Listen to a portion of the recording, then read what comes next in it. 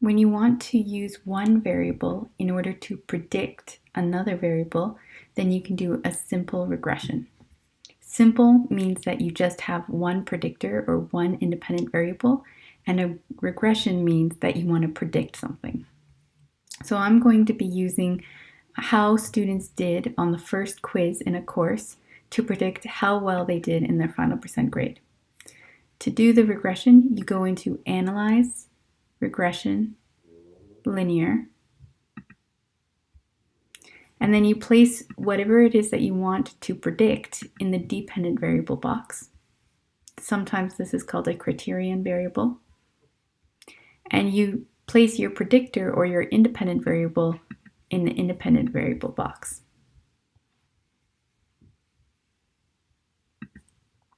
In statistics, you'll want to check off descriptives, then press continue. And we're going to leave everything else the same for now. Then press OK.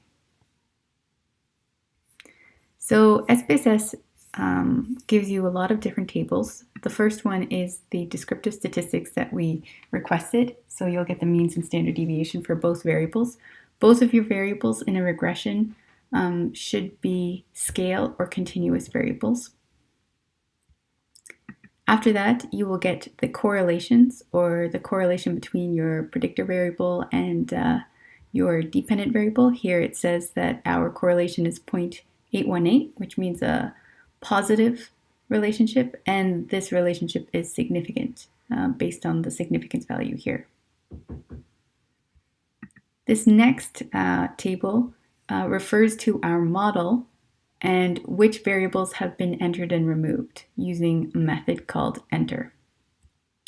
So in order to understand this, we need to understand that in order to do a regression, what we are actually doing is trying to fit the relationship between our two variables onto a straight line.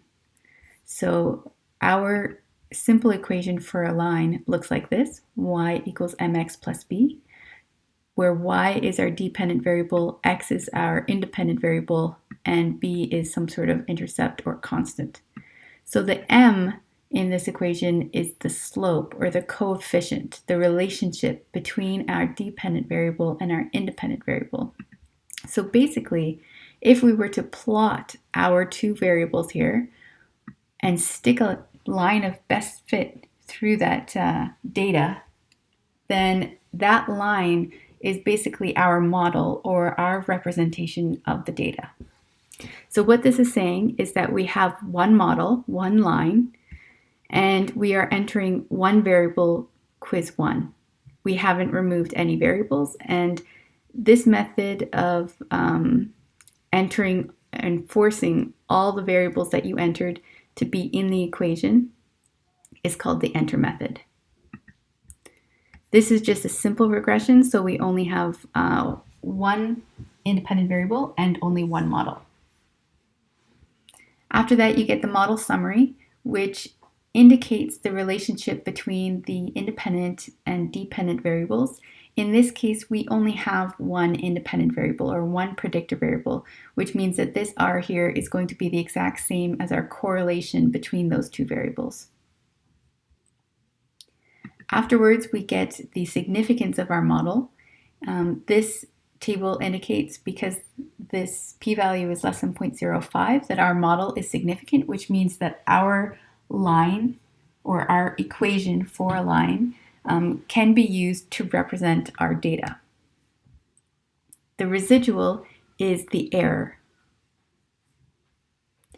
Lastly, you get the coefficients table, and this will tell you basically the numbers that you can use to construct your equation. And you get unstandardized coefficients and standardized coefficients. So in order to interpret this, I'm going to show you what form of the equation. So it's going to follow this basic equation of a line, but it's going to look slightly different. Here we have y hat.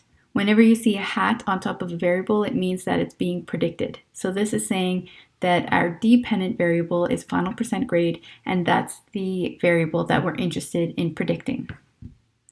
Next, we have our b coefficient, and also our independent variable, which is quiz 1, plus some sort of constant. So it's following the same format, it's just called slightly different things. In order to fill this equation out, you just have to read the values from the table. So from the B, the unstandardized coefficients, you would put 399 for the B. You can leave this as it is. It just indicates which independent variable is being, what relationship you're looking at. And then for the constant, you read it from this line here. And that's it. This is the equation for our line. So what this is saying, because we're using the unstandardized coefficient, this is saying for every 1 unit increase in quiz 1, so if a student got 1 mark higher on quiz 1, then there would be a 3.99 increase in their final percent grade. So I'll show you an example of how to use this equation to figure out a predicted value. Let's say that a student got 6 out of 10 on their first quiz. In order to calculate this, or what the predicted value would be, or what you would predict for their final percent grade in the course, you would put 399 times 6, the value, plus 50.48, or the constant. That tells us that based on our model, for that student, we would predict a final percent grade of about 74%. So if we go to look at our data, we can see here that the first student here did get a 6 on quiz 1, and their final percent grade is 64. So we're close, but it's not a perfect model. So the difference between our observed, or our real final percent grade, and our predicted value is called the residual. So that's how the error in prediction is determined. You can also use the standardized coefficients in order to construct your equation, but they're interpreted in a slightly different way. So to get these standardized coefficients, what's happening is that quiz 1 and final percent grade are standardized or converted to z-score variables, and then the regression is conducted. So what this means is that for every 1 unit increase in standard deviation in the independent variable, there's a 0.818 increase in standard deviations for the dependent variable. Generally, people find the standardized coefficients more difficult to interpret because the units are in standard deviations and not their original units.